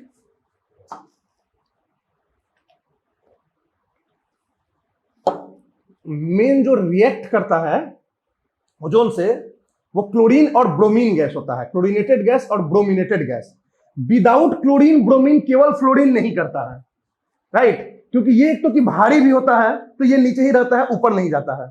ठीक, तो CFC और HFC में क्लोरीन था, ठीक है, इसमें क्लोरीन नहीं है हाइड्रोफ्लोरोकार्बन में। तो इसलिए HFC was not responsible for the depletion of ozone layer, ये किसी तरह से ओजोन लेयर को डिप्लीट नहीं करता था, तो इसलिए इससे रिप्लेस कर दिया गया। But later on we got to know कि यार HFC का तो बहुत ज्यादा पोटेंशियल है ग्लोबल वार्मिंग, तो ग्लोबल वार्मिंग पोटेंशियल इस गैस का बहुत ज्यादा है। तो लोगों को यह डर आने लगा कि यार ये HFC अगर बढ़ जाएगा बहुत ज्यादा तो फिर धीरे धीरे क्लाइमेट चेंज इतना ज्यादा हो जाएगा कि हम लोग रिकवर नहीं कर पाएंगे। मतलब एक जगह हमें फायदा हुआ तो उसका नुकसान ज्यादा उठाना पड़ सकता है दूसरी जगह। तो सबसे पहले HFC को रोकने के लिए बात हुई। वैसे तो HFC को रोकने के लिए तो हमारे क्योटो प्रोटोकॉल और UNFCCC भी बोलता है, वहां भी है, लेकिन एक्चुअली थोड़ा सा इसको जो है ज्यादा इंपॉर्टेंट मॉन्ट्रियल प्रोटोकॉल के अंदर रखना था, क्योंकि Montreal protocol was most successful. जो चीज बहुत सक्सेसफुल है उसमें अगर आप ऐड करोगे तो इसकी वैल्यू बढ़ जाएगी इस काम की। तो इसलिए इसको किगाली एग्रीमेंट 2016 में किगाली एग्रीमेंट करके और मॉन्ट्रियल प्रोटोकॉल के जो लिस्ट ऑफ गैसेस जिसको रोकना था उसमें HFC भी जोड़ दिया गया। तो HFC is simply the addition of a gas in the list of the Montreal gases. Montreal में जो गैस है तो उसमें जोड़ दिया गया HFC को। और उसके बाद इसको भी, जैसे मॉन्ट्रियल प्रोटोकॉल लीगली बाइंडिंग था, ये भी आपका लीगली बाइंडिंग हो जाएगा, लीगली बाइंडिंग हो जाएगा ये भी। जो जो मॉन्ट्रियल प्रोटोकॉल के अंदर की चीजें थी लीगली बाइंडिंग पहला नंबर, दूसरा क्या था उसमें पेनल प्रोविजन, पेनल प्रोविजन हो गया, फिक्स टारगेट हो गया, फंडिंग हो गया। तो चारों चीजें किगाली एग्रीमेंट में ही हो गया। एंड किगाली एग्रीमेंट के बारे में सबसे पहले समझना कि this is an what amendment to Montreal protocol.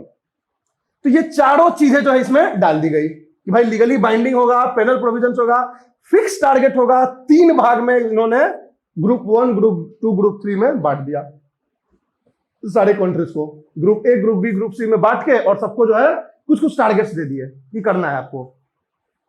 Mainly जो टारगेट इसमें रहा है उसका अगर बेसिक देखो तो ये है कि जितने भी HFC हम आज रिलीज कर रहे हैं, मतलब प्रोड्यूस कर रहे हैं, उसका 85% तक कम करना है।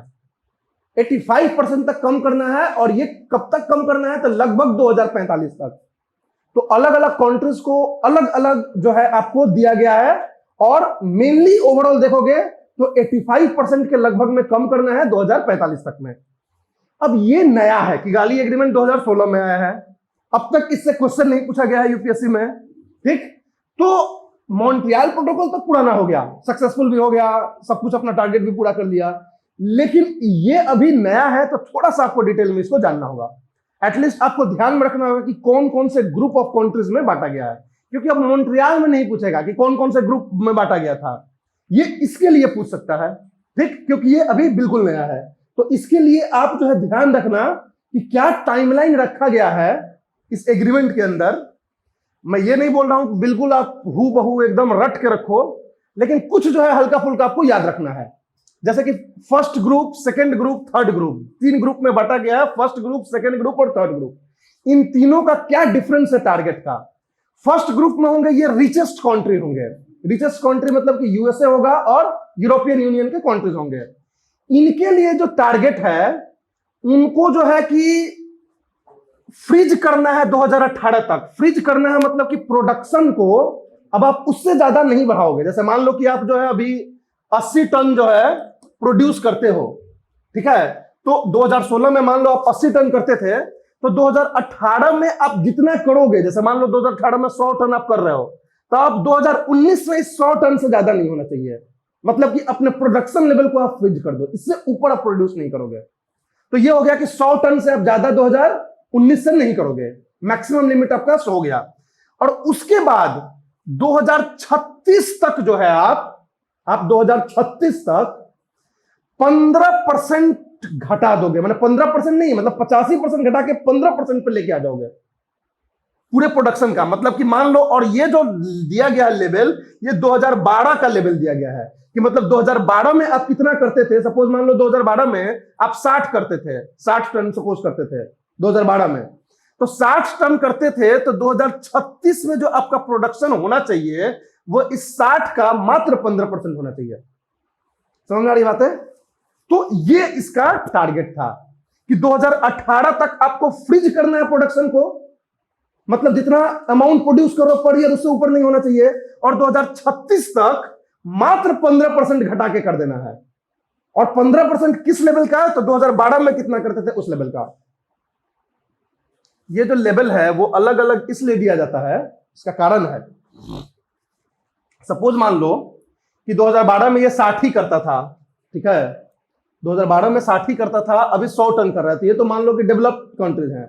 बहुत सारे कंट्रीज जो हैं वो कम कर दिए हैं अब करना। मतलब ये सपोज मान लो कि 2012 में ये 150 करता होगा, लेकिन अब चूंकि रिन्यूएबल के तरफ हम जा रहे हैं, तो अब ये 100 कर दिया होगा। तो इसको जो करना है वो 150 का 15% करना है। 150 का 15% मतलब कि लगभग 22.5 टन वो रिलीज करेगा। तो लोग थोड़ा सा पीछे का इसलिए लेते हैं क्योंकि पीछे में उनका जो लेवल है वो बढ़ा रहता है। तो लेवल ऑलरेडी बढ़ा हुआ है, तो उसका परसेंट कम करना आसान रहेगा। ऑलरेडी आप घटा चुके हो, उसका परसेंट कम करना आपके लिए डिफिकल्ट होगा। इसी तरह से हम देखेंगे पेरिस क्लाइमेट डील में भी इंडिया जो है वो 2005 लेवल से काउंट करता है कि भाई 2005 में जितना था उसका हम इतना कम करेंगे, आज का नहीं। समझ में आ रही बात है? क्योंकि 2005 में हम बहुत इमिशन करते थे, क्योंकि हम केवल थर्मल पावर प्लांट का यूज करते थे। अब हम बहुत ज्यादा सोलर और हाइडल करने लगे, तो हम ऑलरेडी कम कर दिए हैं। तो आप जो परसेंट काउंट करो वो आज के बेसिस पे मत करो, जब हम खूब करते थे उसके बेसिस पे करो, ताकि हमारे पास कुछ लेवरेज रहेगा ज्यादा। तो इसलिए ये लेवल लोग चुनते हैं। उसी तरह से सेकंड ग्रुप के लिए हो गया चाइना, ब्राजील और पूरा अफ्रीका सेकंड ग्रुप में आ जाएगा। इनके लिए थोड़ा सा रिलैक्स है कि इनको जो प्रोडक्शन फ्रीज करना है वो 2024 तक करना है, जो इनको 2018 तक करना था। और इनको जो है 2045 तक कम करना है, 2020 के इस पे कम करना है इनको, ठीक है। तो इसलिए 2020 में 20% जो है इनको कम करना है। मतलब 20% कम नहीं, 20% पे लाना है, मतलब 80% कम करना है, ठीक। तीसरा होता है जिसमें कि हमारे India, Pakistan, Iran, Saudi Arabia ये लोग आते हैं। इनको जो है थोड़ा सा और रिलैक्स मिला है कि 2028 तक आपको करना है। आप जो है 2028 तक जो है अपना प्रोडक्शन फ्रीज करना है, और आपका जो है ये होगा कि 2047 तक आप 15% पे लेके आ जाओगे। समझ में आ रही बात है? तो ये 3 ग्रुप्स हैं, इनको बस थोड़ा बहुत ध्यान रखना। बहुत ज्यादा आपको डिटेल में परसेंटेज का हेरा फेरी नहीं पूछेगा इतना ज्यादा, लेकिन आप 1-2 बार देख लेना। कहने मतलब कि यूड नेवर नो। समझ में आ रही बातें हैं? क्योंकि ये नया कन्वेंशन है। तो ये सब का मतलब आप समझ लिए कि 2047 तक कम करना है, और 2025 में जितना आप कम करो, जितना आपका इमिशन होगा उसका 15% करना है। तो 2025 क्यों दिया गया है? क्योंकि प्रोडक्शन आपको फ्रीज करना है 2028 में। मतलब कि आप इस साल तक बढ़ा सकते हैं अपना प्रोडक्शन। तो मतलब कि आप बढ़ाइए 2025 तक जितना बढ़ा सकते हैं, और उसका जो है 15% होगा। समझ आ रही बातें? तो ये होता है एचएफसी का।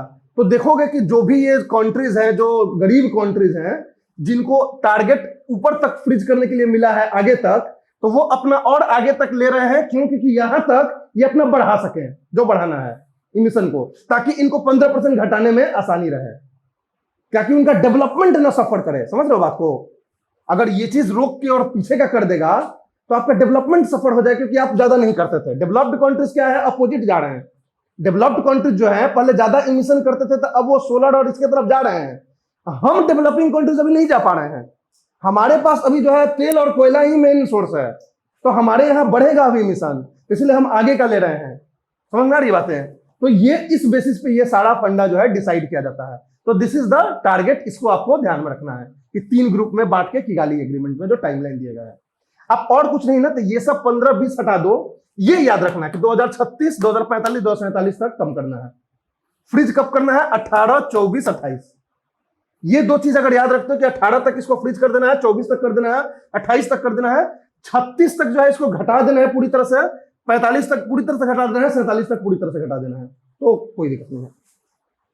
क्लियर है? तो that is all about the Kigali agreement.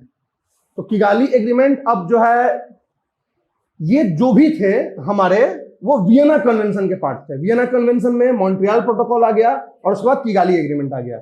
अब नेक्स्ट जो हम डिस्कस करेंगे वो हम डिस्कस करेंगे क्लाइमेट चेंज से रिलेटेड। क्लाइमेट चेंज से रिलेटेड मतलब उसमें कौन कौन आएगा?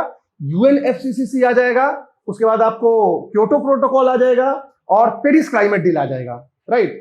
तो उसके बारे में हम डिस्कस करेंगे। तो वो लंबा टॉपिक है, फिर हम नेक्स्ट क्लास में करेंगे, ठीक है?